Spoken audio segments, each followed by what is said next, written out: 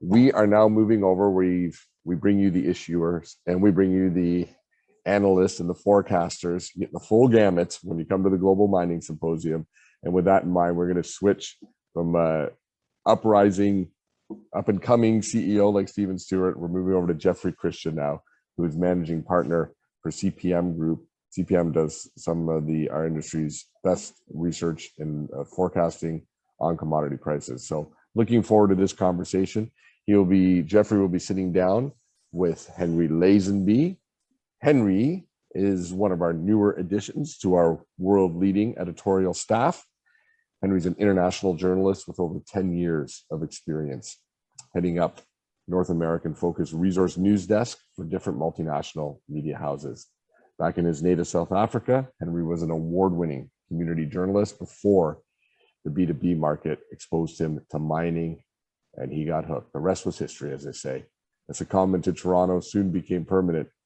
Besides frequent visits to mining and exploration project sites and participating in industry conferences, Henry specializes in covering the North American and international mineral exploration, mining, and metals market. He's now based out of Vancouver, and Henry is writing and produces multimedia content for both our Northern Miner and mining.com. Henry, nice to see you again today. You did a wonderful job yesterday with your B2 Gold conversation. How are things going for you today? No, things are great today. It's looking like a strong news day, so lots to keep our attention busy. Absolutely, absolutely. Listen, I'll pass it over to you and I'll allow you to introduce our next guest, Jeffrey Christian. Take it away. Thank you, Anthony. Good morning. It gives me great pleasure to introduce Mr. Jeffrey Christian, the managing partner of CPM Group. CPM is a precious metals and commodities research and consulting firm. Mr. Jeffrey founded CPM Group in 1986 when he bought the commodities research group he managed from J. Aron and Goldman Sachs. Mr. Jeffrey is a globally recognized authority on the markets for precious metals and is well known for his application of economics and econometrics across commodities markets. Jeffrey has written 2 books, Commodities Rising in 2005 and World Guide to Battery-Powered Road Transportation in 1979 already. He is also well known for his financial engineering work using commodities derivatives, both for hedging and investment purposes. Welcome, Jeffrey. It's good to have you with us. Good to be here. Yeah, thank you for having me. Right. With that, let's jump right into it. Let's start by talking about some of the key narratives surrounding individual metals that are relevant to our modern economy. For instance, I'm thinking about gold, copper, and nickel, and how they relate to our Industry 4.0. Okay. Analysts are increasingly flagging the potential for higher interest rates on the back of stubbornly high inflation values, both of which are generally seen as headwinds for the gold price. Now, with gold price averaging about 1,800 over the past 6 months or so, roughly speaking, how do you read the potential trajectory for gold over the next half of the year and into 2022? We're looking at gold prices being pretty much flat between, say, 1740, which we're almost at this morning. I think the price got down to 1751.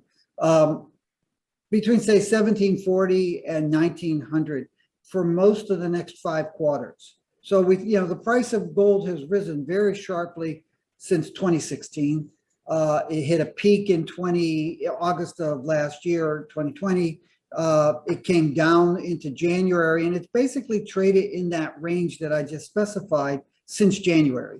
And quite frankly, our expectation is that it's going to continue that way. And that's based on interest rates, inflation, overall economic activity, stock market performance, our projections for all of those things over the next 5 quarters. I do want to say that beyond 2022, we think that the economic environment grows more hostile to real growth and that we see another recession, more financial crises popping up, political problems interrupting international economic growth. And we see the scope for gold prices to rise sharply beyond 2022, probably to record prices. But for the next 5 quarters, which is what you asked about, we're kind of saying, no, this is a time to accumulate in advance of the next upward move. So you're reading buying signals at the moment. Yeah, you know, a lot of one of the questions that we get a lot of right now is, was the move from 2016 to the peak of $2,000, record price of $2,000 in August, the first week of August 2020, was that the bull market, and are we now in the early stages of a bear market? And our reaction is no, that was the first leg of a bull market, and now we're in the consolidation phase before a second leg. And again, that's predicated partly on our view of the fundamentals of the gold market, you know, in primarily investment demand and central bank buying and selling, but also jewelry demand and mine production and scrap. But it's primarily driven by those macroeconomic factors that drive investment demand. So you expect the gold price to remain relatively high versus historical values into 2022. And of course, that spells more cash in the pockets of operators. While some operators have, shall I say, producers continue to invest free cash back into exploration to find and replace reserves, others have taken to hiking their dividend yields. When thinking about the mid to the top tier gold producers, what do you think should be the ideal use of increased free cash over the next 12 months or so? Well, a well-run mining company or any other company has to balance its need for capital to expand and compensating its shareholders and giving them a sensible return. So I think there's a balance between both dividends and exploration and development expenditures. The mining industry, I think, traditionally has sort of eschewed rewarding its shareholders for their patience. And I think one of the lesser reasons why you're seeing mining investment stocks lag the general economy as well as the metals prices is that investors have been turned off by decades of being unrewarded. So I think that the idea of paying more dividends, especially now with a very large profit margin on average across these companies, is a very good thing. But I also think that exploration is very important.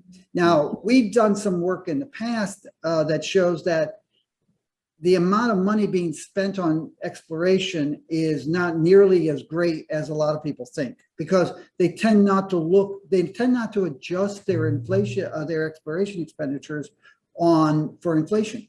And also on a macro industry basis, they don't adjust for changes in the way the data is collected. So I think that the industry actually has under invested in exploration, especially greenfield and new property areas. You know, most of the exploration dollars are going into the area around existing operations, trying to expand that. So I think that exploration is very important. What I don't think, and I think that the shareholders are penalizing the industry, because in the past, they have taken periods of higher prices and higher profits and spent that money on acquisitions. And I think that shareholders really don't want their money being spent at the top of a market, paying premium prices to buy other companies. They would rather have that money spent in greenfield exploration or other exploration than in mergers and acquisitions. Yeah, several good points there. Thank you.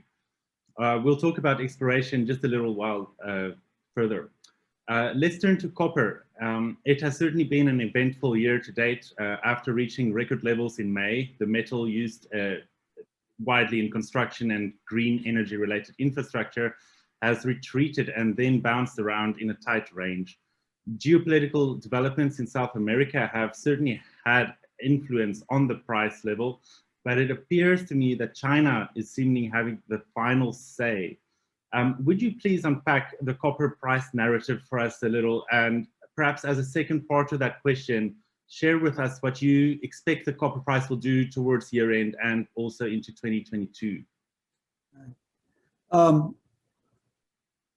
Where to start? Well, you know, first off, understand that all of the base metals rose sharply in early part of this year. Copper more than others. Zinc was a laggard, copper was a leader.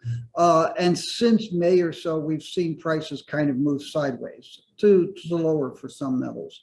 Our expectation is that copper has reevaluated itself, that, whereas the price was, and I think in LME dollars per metric ton terms, so excuse me, those who think that copper is $4.20 in a pound.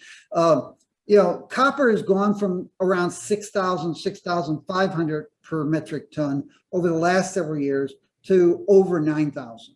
And our expectation is that the copper price stays above $9,000 probably for the foreseeable future until the next recession. And actually, we have a recession in our macroeconomic forecasts out in 2024, 2025. And if you look at our long-term projections for copper prices, we have prices staying above $9,000 even during that recession. So we're looking for the copper price to sort of consolidate and plateau, at least for the next 5 years, around $9,000 to $10,000 a ton.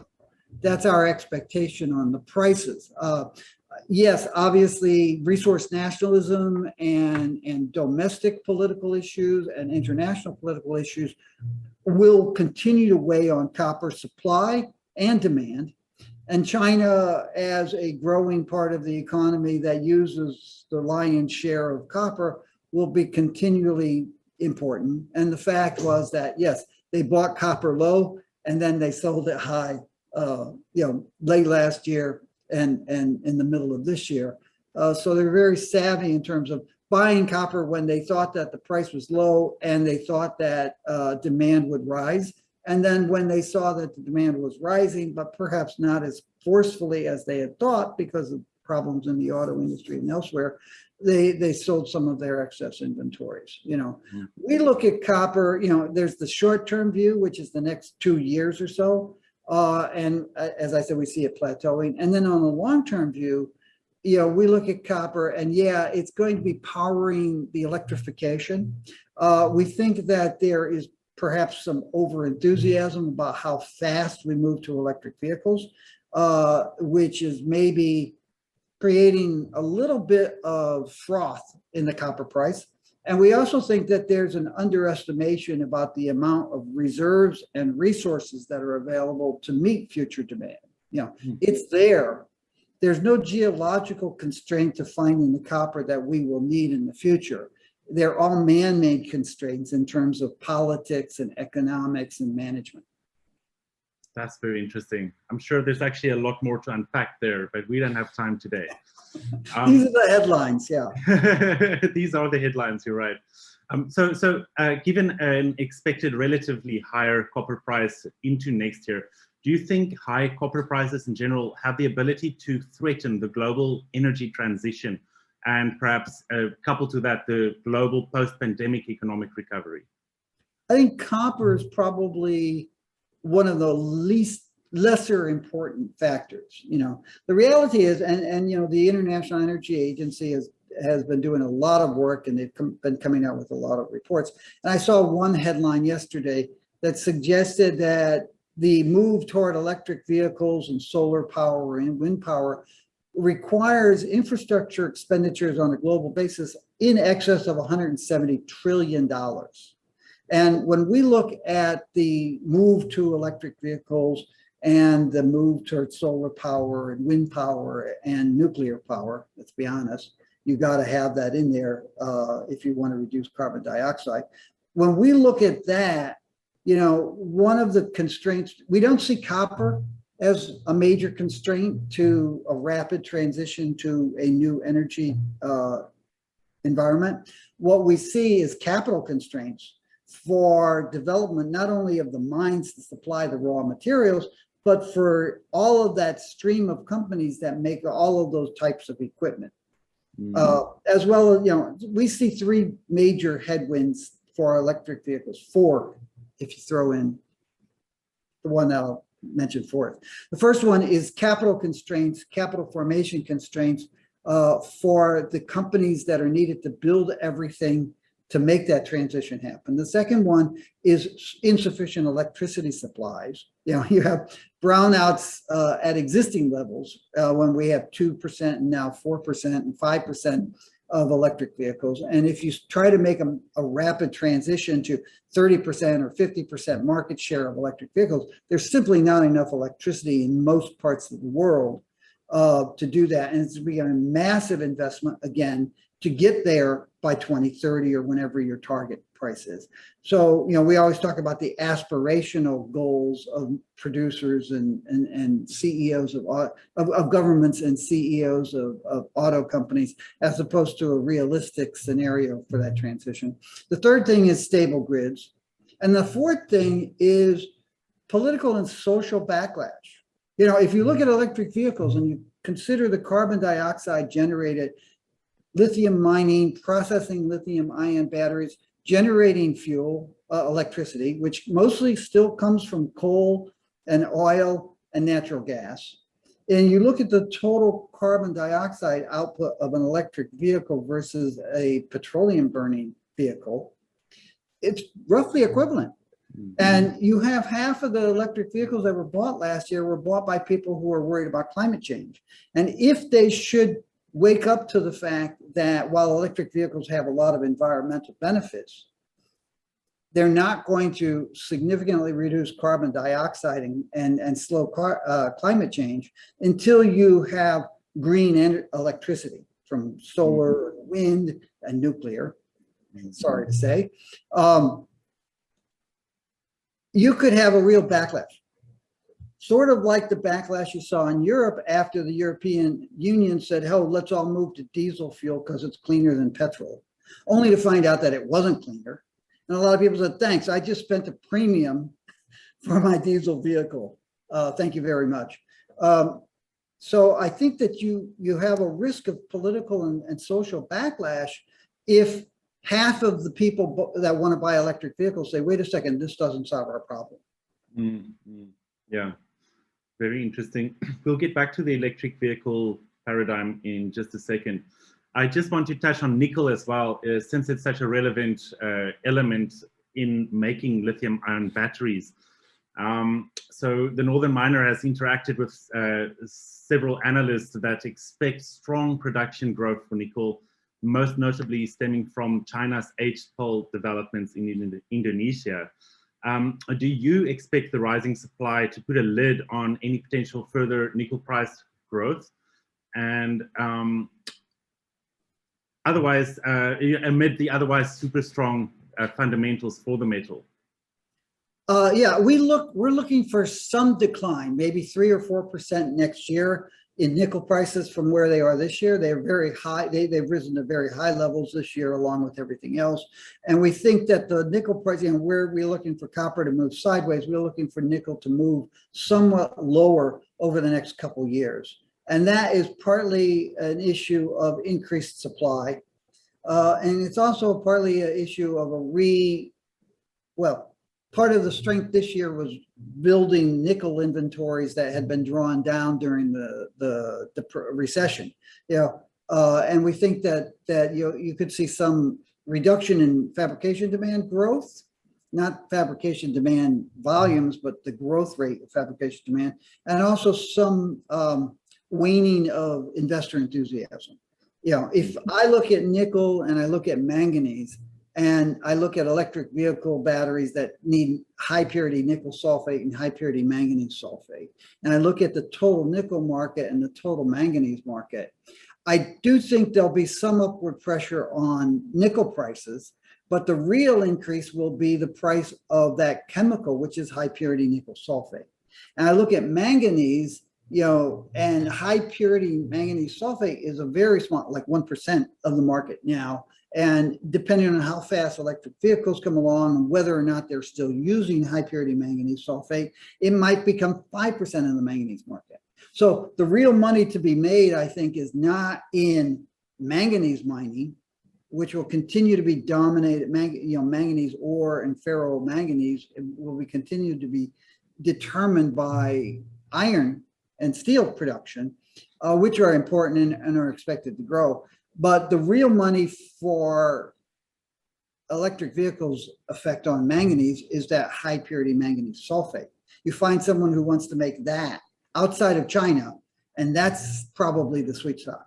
Going back to nickel, it's a little bit more important for nickel, but I still think that nickel price will primarily be set by steel production. Okay, many moving parts to that piece. Mm-hmm.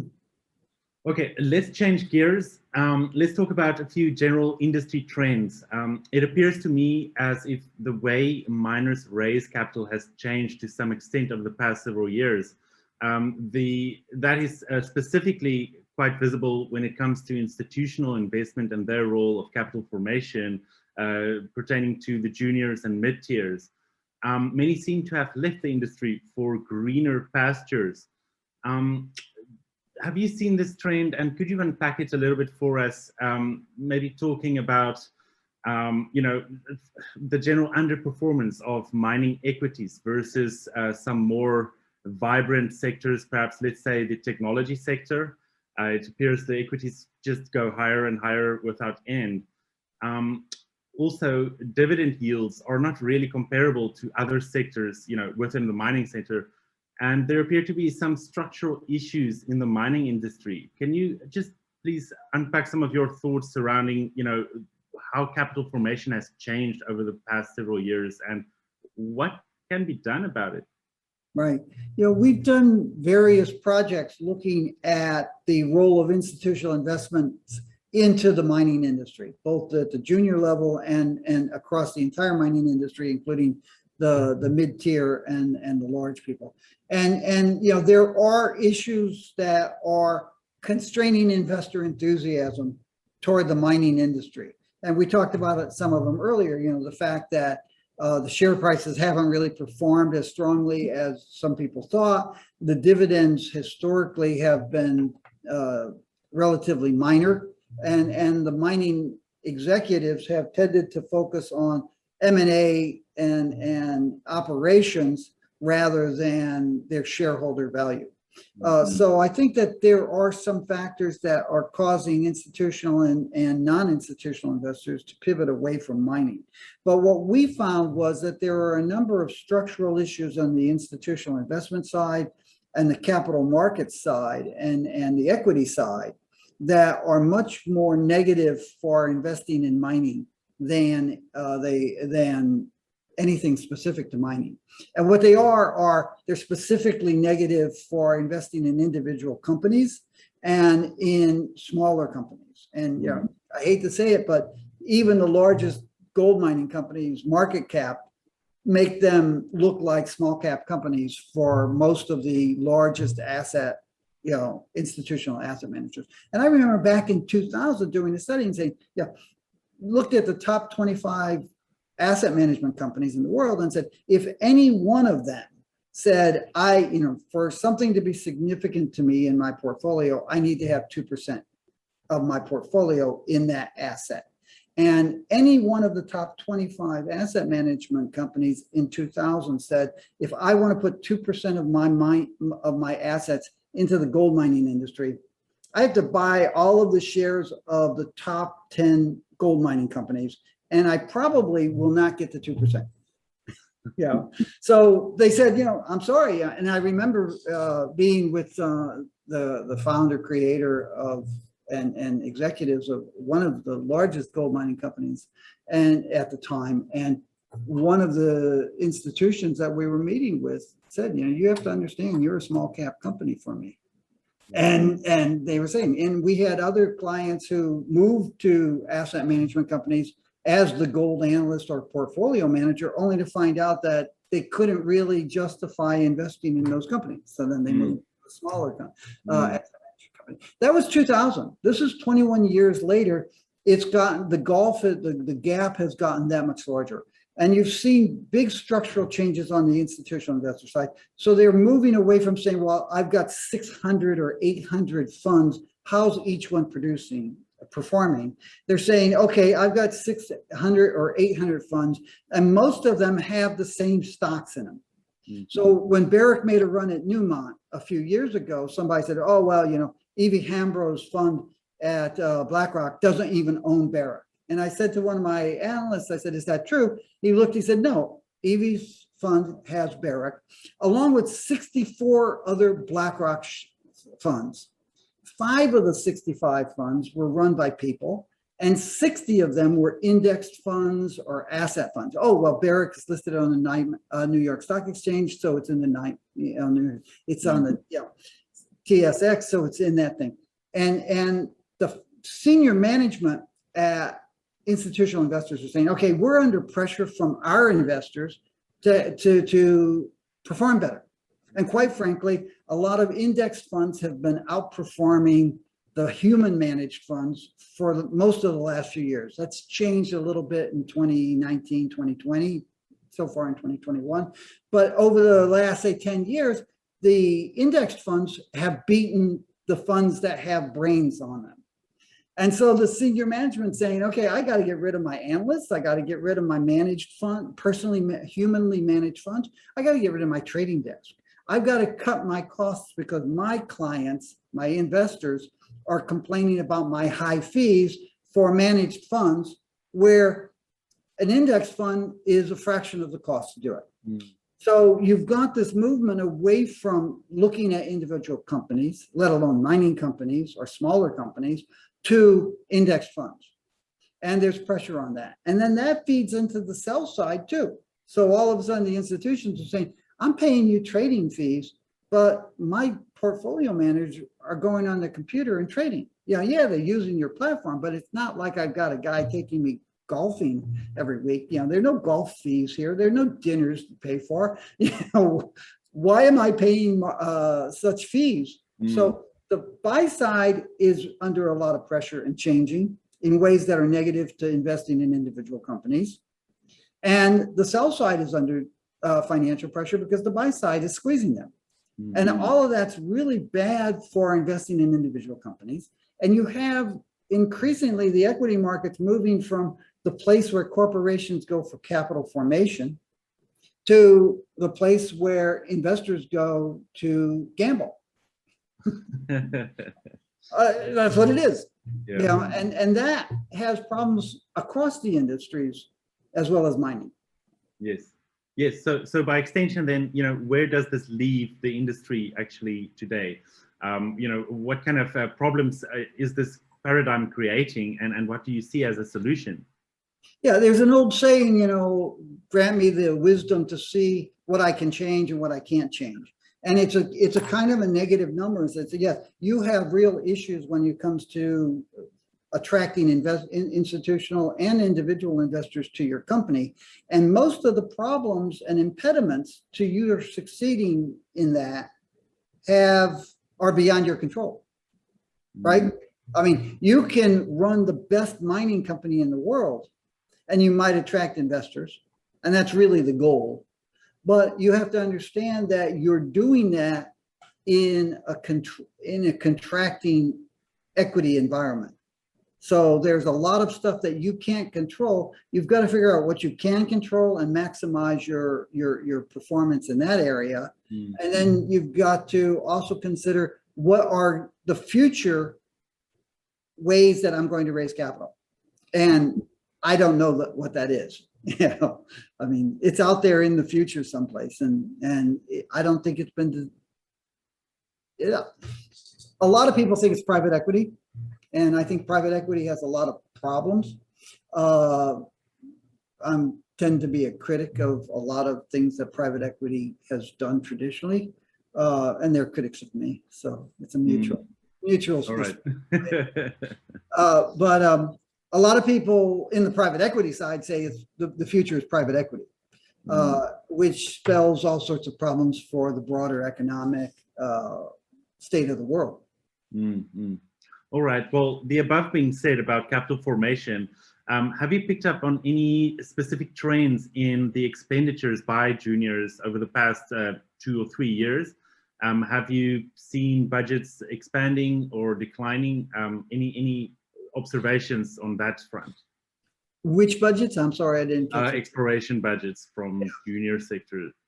Like I said, we looked at that in great detail maybe 4 years ago, 5 years ago, and prior to that, we haven't really gone back and done that. But what we saw, it was that on an industry total basis, if you looked at the numbers that were being produced that everybody relied on, they weren't adjusted for inflation, and they weren't adjusted for the waxing and waning of the number of companies on which data was collected. So you saw this seemingly bull market in exploration expenditures. But if you adjusted it for inflation and you say, well, wait a second, 20 years ago, even 15 years ago, they were looking at 250 companies, and now they're looking at 2,200 companies. So they've increased their base of data tenfold. You adjust for changes in the methodology, you adjust for inflation, and all of a sudden you see that the amount of money being spent on exploration is down on an inflation adjusted basis on an industry level. And then you say, okay, a lot of the money that's now being allocated to exploration is desktop computerized exploration, as opposed to the kind of grassroots go out in the field and find stuff. Now that's important. I know the gold industry, every major gold district that's ever been discovered, California, Canada, Nevada, Australia, South Africa, and other places, has been a geologic anomaly. It was, Hemlo. Hemlo was discovered by a guy who was taking a break on the Trans-Canadian Highway, and he found the Hemlo district. And people said, no, gold doesn't show up in that kind of rock. Well, it's here. That changed everything. So if you're sitting at a computer, and that computerized research is very expensive, and you're sitting at a computer and you're looking at where gold was discovered in the past, and you're saying, where do I find similar rock formations that I can go look for gold? You're not going to find the next big district, because every big district has been discovered where people didn't think gold would exist. You might find smaller projects, but you're not going to find the big ones. Now, I do want to differentiate something. The previous speaker, Stephen, was very eloquent in talking about drilling. Drilling is incredibly important once you find that deposit. And that's where you should be putting a lot of your exploration money. But if you're sitting at a computer rather than walking the fields, gathering stones, doing aerial magnetic surveys, you are not going to find a lot of things. The other factor to watch out for going forward is, if you look at like copper resources, estimated well, there's indicated resources, and then there's the estimated resources. A lot of the estimated resources for copper and gold and other metals are in the Russian Far East and China. And that means that the capital that will be raised to explore and develop those properties probably will not be raised in Toronto or New York or London.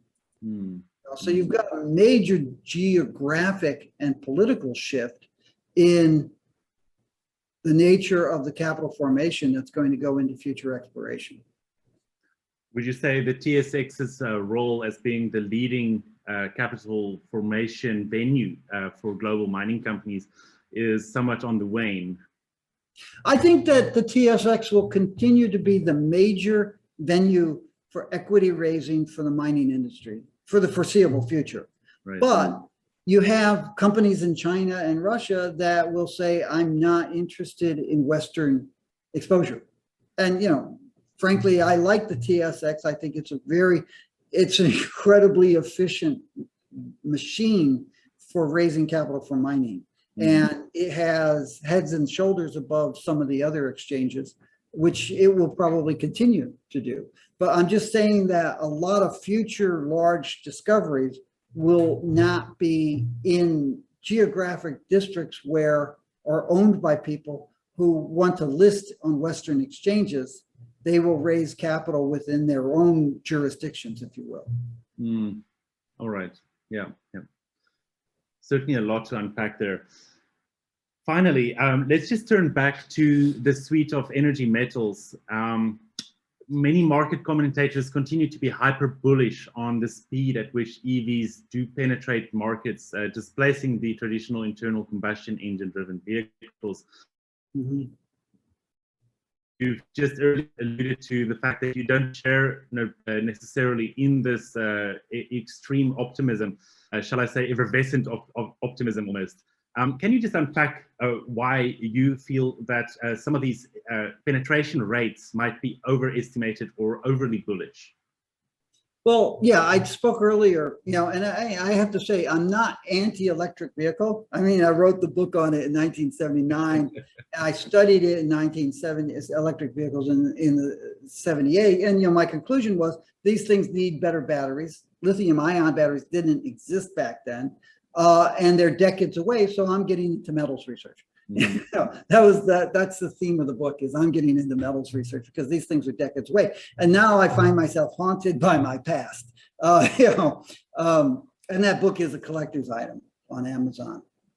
I mentioned earlier, there are constraints. And one of the constraints is, you know, people don't realize that the original equipment manufacturers, the people who make all of the components, the door handles, the rear view mirrors, the motors, the controllers, the fuel injectors for gasoline powered vehicles, the drivetrain, the chassis, all of those things are made by OEM manufacturers who are subcontracted by the auto industry.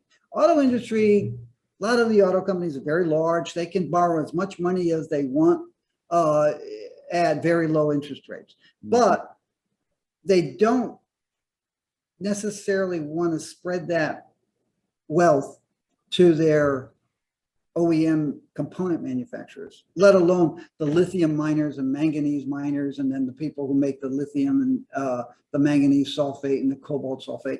And there are a couple of reasons for that, one of which is the uncertainty of which technology is going to work.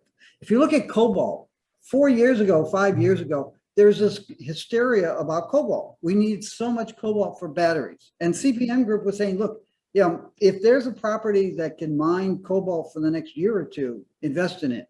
But if it's going to take 5 years to develop, don't invest in it, because 5 years from now, the auto industry, the electric vehicle industry may not be looking for so much cobalt.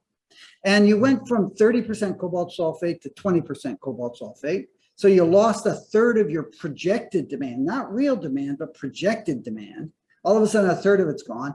And now you're moving to 10% cobalt. And some people are saying 2%, and some people are saying no cobalt. So you're now down 67%. You know, you're losing another 50% of your future expected cobalt. So there's so much uncertainty. You have motors, and you know, last year they used about 4.5 million motors. 2019, 2018, they used 2 million motors.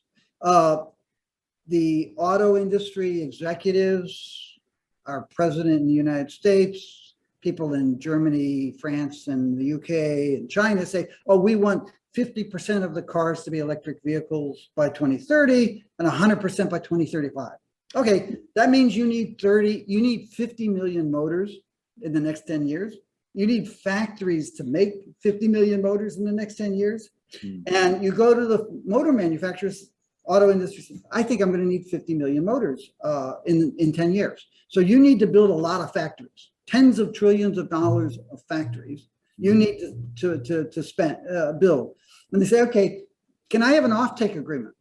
I say, no, absolutely not. Because, you know, the motors that we're thinking we want to use now and that we're using right now use rare earths, and the US and Europe are sort of saber rattling back and forth with China, and the rare earths come from China. And while there's plenty of rare earths out there in the ground in South Africa and Australia and the United States and Canada and elsewhere, it's not being mined. So we may have to change motors. So we're going to tell you we want 50 million of these kinds of motors. We're going to tell you that we think we may want 50 million of these kinds of motors in 10 years, and we want you to invest to build them. But we may well come back and say, nah, you know what, we found something else. Yeah. Right? So you have this real capital constraints because those OEMs tend to be either smaller public companies or in many cases, privately owned companies. And they say, okay, I need to borrow $40 billion, you know, to build 50 million factories, to build 50 million motors. And the sources of capital say, Are you insane? Yeah. I mean, if I were to lend you money, I'd lend it to you at 15% interest, but I'm not even going to do that. So you have this real capital constraint that's going to slow the change. Then you, as I said, the electricity grid stability, and then the possibility that someone comes along, as they did with diesel fuel in Europe, and says, oh, yeah, electric vehicles really aren't the solution. We should go to hydrogen engines. Fuel cells are technologically and financially not really good for on-the-road vehicles, but a hydrogen engine that burns hydrogen, oxidizes hydrogen, cost less than half or roughly half what an ICE internal combustion engine or a diesel engine costs. Yeah. So you look at the scale. Okay, I can spend $3,000 on a diesel engine or a gasoline engine. I can spend $1,500 on a hydrogen engine. I can spend $10,000 or $8,000 on a battery pack, or I can spend $30,000 on a fuel cell that doesn't really work well on the road vehicles. So if I can get hydrogen cheaply and safely shipped, stored, and distributed, I would rather, as an automaker, have a $1,500 hydrogen engine, which only has water vapor as the exhaust. So there's this enormous uncertainty about what the future of automotive propulsion technology is going to be. And that weighs on the capital allocation for all of those components. Yes, these are extremely interesting points you've raised. The figures themselves are mind-boggling.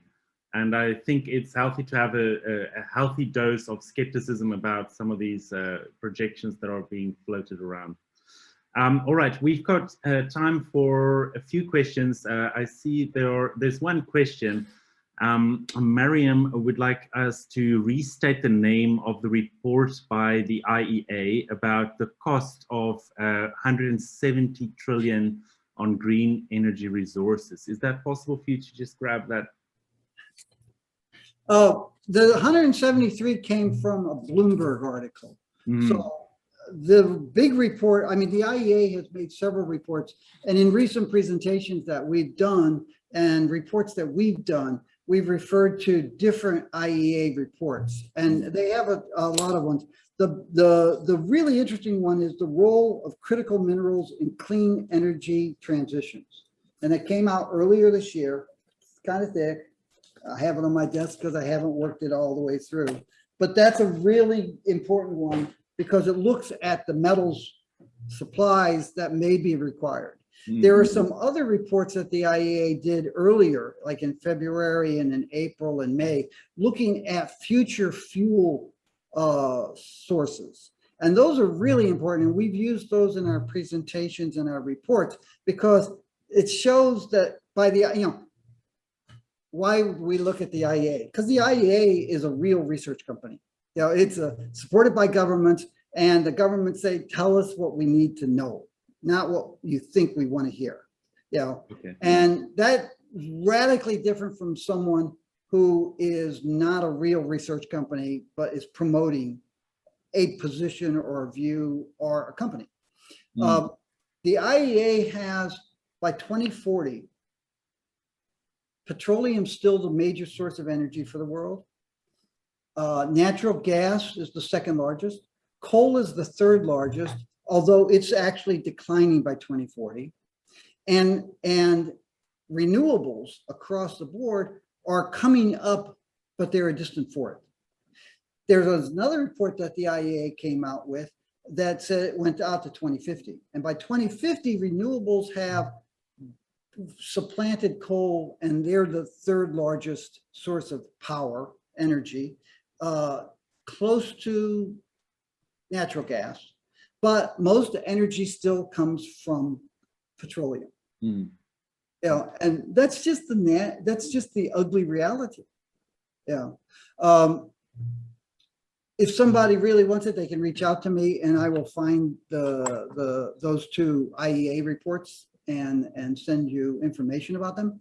But there's a lot of information out there that says, we're gonna go gung ho full speed ahead, and then there are a lot of other people who say, well, perhaps we should be careful as to where we're rowing this boat because there could be shark infested waters. Right, right. So I have just one more comment from Sandeep Hamilton.